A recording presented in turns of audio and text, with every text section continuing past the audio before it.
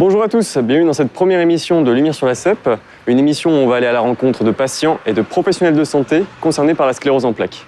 Si vous n'avez pas vu notre vidéo de présentation, je vous invite à aller la voir, on détaille un petit peu plus le programme et on vous donne quelques infos sur la sclérose en plaques. Aujourd'hui, on va aller à la rencontre d'Isabelle, une patiente et membre du réseau Saint-Défi, à qui on a diagnostiqué une sclérose en plaques depuis maintenant 10 ans. Allez, on y va!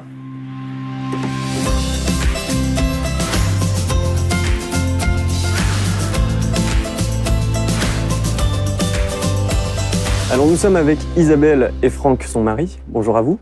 Bonjour. Bonjour. Isabelle, est-ce que vous pouvez nous raconter un petit peu votre parcours? Et au tout début, j'ai perdu la vue du jour au lendemain.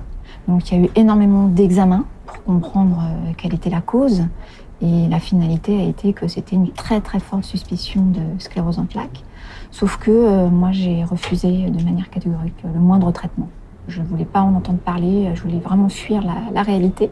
Et puis un matin, je suis tombée par terre et dans l'impossibilité de bouger. Et ça a été vraiment une poussée, je dirais, spectaculaire, violente. Et j'ai été privée de mes jambes pendant plusieurs mois. Et il y a effectivement beaucoup de choses qui ont changé dans l'organisation avec mon mari. Dans ma vie professionnelle, ça a changé beaucoup de choses aussi, puisque je ne travaille plus à temps plein. Je suis au 4/5e. Et puis j'ai été en proie à une immense déprime. Et vraiment, le diagnostic a été brutal et sans appel. Et puis surtout, j'avais très peur de me retrouver seule face à la maladie. Donc Isabelle, on est allé voir les professionnels de santé qui s'occupent de votre maladie. On va revenir vers vous juste après. On lance le sujet. On se trouve actuellement à l'hôpital Bicêtre, situé au Kremlin-Bicêtre, près de Paris. On va faire la rencontre du docteur Labéry, une neurologue qui s'occupe d'Isabelle depuis le début de sa maladie. Donc je suis avec docteur Labéry. Bonjour docteur. Bonjour. Est-ce que vous pouvez un petit peu nous parler comment a réagi Isabelle au diagnostic de la maladie? Elle avait été un peu préparée lors de la première poussée en 2006. Lorsque finalement le diagnostic est tombé en 2013, ça a été un grand choc.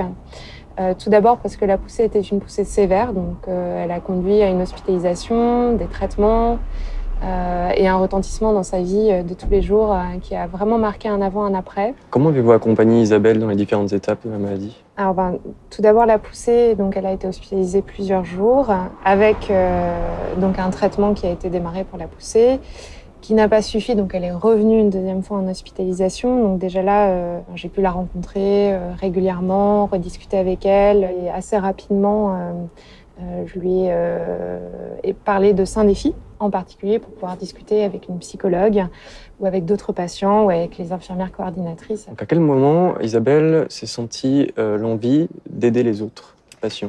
Alors moi, je trouve qu'il y a eu un moment où la maladie d'Isabelle s'est un peu calmée, où elle a voulu en devenir, moi c'est comme ça que je l'ai vécu, elle a voulu en devenir maîtresse, actrice, et elle a voulu rendre aux autres ce qu'elle avait reçu. D'accord, écoutez docteur Labéry, merci beaucoup pour vos réponses. On est actuellement dans le hall du réseau Saint-Défi, un réseau qui a été créé en 2003 et qui coordonne une grande partie de la région Île-de-France. On va aller maintenant à la rencontre de Madame Ramelli, psychologue de coordination. C'est parti. Donc je suis avec Madame Ramelli. Bonjour. Bonjour. Est-ce que vous pouvez nous parler un petit peu des différentes étapes d'acceptation de sa maladie et comment est-ce que vous l'accompagnez? Alors en fait, j'ai rencontré Isabelle au tout début de sa maladie. Donc la première intervention que j'ai faite auprès d'elle, c'était une reprise d'annonce du diagnostic. Puis ensuite, elle a participé à des groupes de parole. Et là, actuellement, en partenariat avec Saint-Défi, elle va débuter en fait un parcours pour devenir patiente ressource, dans l'objectif justement de pouvoir aider les autres personnes qui sont atteintes de cette maladie. Et je trouve que cette dimension altruiste est à la fois très représentative de ce qu'elle est et est un grand message d'espoir pour les personnes qui sont atteintes de cette maladie. Merci beaucoup pour vos réponses en tout cas. Donc on a vu que pour vous ça a été difficile d'accepter la maladie. Qu'est-ce qui vous a donné l'envie de vous battre face à cette maladie? Alors déjà, je pense que pour moi, la poussée a été tellement violente que ça a été comme un électrochoc en fait. J'étais vraiment au fond du trou, en plus impuissante face à la poussée. Et puis c'est surtout l'amour de ma famille. Il fallait que je me batte pour eux, surtout mon fils.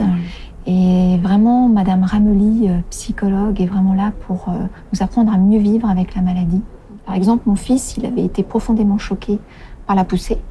Il était très angoissé et elle a su trouver les mots, elle a su trouver la raison. Franck, je suppose que la maladie vous a aussi affecté indirectement. Est-ce que vous pouvez nous dire un petit peu ce qui a changé dans votre vie? Donc, ce qui a changé, c'est tout le quotidien, tout ce qui est les tâches ménagères, les courses, tous les petits tracas de la vie.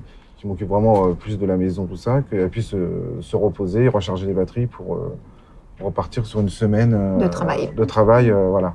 Je pense que le soutien de l'accompagnant est très important à cette maladie, quoi. Et qu'est-ce que vous auriez envie de dire aux personnes qui nous regardent et qui sont sans doute en train de vivre ce que vous avez pu traverser? Alors surtout, malgré la maladie, il faut vraiment pas s'isoler. Et c'est vraiment indispensable d'être aidé et accompagné. On ne peut pas surmonter la maladie seule, c'est pas possible. Et du coup, moi, j'avais vraiment envie, du fait d'avoir pris du recul sur la maladie, de m'impliquer, m'engager, sensibiliser sur la maladie. Et je voulais adhérer à une association, l'Association des paralysés de France, qui me tient vraiment à cœur. Et en fin de compte, je me suis rendu compte que de par mon expérience, mon vécu, je pouvais être un atout et une aide pour eux. Et du coup, c'est devenu un engagement personnel qui donne du sens à ma vie. Oui, Isabelle, Franck, merci beaucoup pour vos témoignages. Merci beaucoup. Merci beaucoup. Pour conclure cette émission, on va à la rencontre du professeur Créange, responsable du réseau Saint-Défi. Est-ce que vous pouvez nous parler un petit peu de la mise en place et des raisons de la mise en place du réseau Saint-Défi? En fait, le réseau Saint-Défi est né de la réalisation qu'il y avait un besoin de prendre en charge le patient dans son ensemble et de se rendre compte que la sclérose en plaques, ce n'est pas une maladie que du système nerveux, mais qui touche tous les domaines de la vie du patient. Et vous voyez, maintenant, ça fait 13 ans que nous fonctionnons de façon de plus en plus large et, on l'espère, efficace. Est-ce que le réseau Saint-Défi a des missions ou des objectifs particuliers? Ah oui, les réseaux de santé sont une structure qui répond à un cahier des charges de santé publique.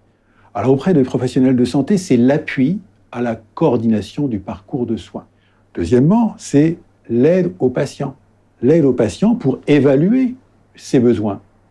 Ou alors mettre en place des recommandations effectuées par le neurologue et l'aider dans ce parcours de soins. Et puis troisièmement, on se retourne de nouveau vers les professionnels, c'est l'accès à l'information et à la qualité du service.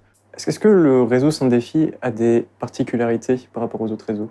Alors il y a différents types de réseaux. Pour d'autres maladies chroniques, la sclérose en plaques est heureusement, même si elle est très fréquente, une maladie plus rare. Et donc le territoire d'activité du réseau Saint-Défi est nettement plus large. C'est 2/3 de l'Île-de-France. Et donc il y a eu des antennes qui ont été créées sur les différents départements d'activité au sein ou à côté de centres spécialisés dans la sclérose en plaques. D'accord. Écoutez, merci beaucoup pour vos réponses, professeur. Je vous en prie. Le professeur Créange m'a ensuite remis cette ampoule qui symbolise ma visite dans le réseau Saint-Défi et tout ce que l'on a appris aujourd'hui sur la prise en charge de la CEP. Et c'est ainsi que s'achève cette première émission de Lumière sur la CEP. J'espère que vous l'avez appréciée et que vous serez au rendez-vous pour les prochaines vidéos. Moi j'y vais, on se retrouve à la prochaine. Ciao!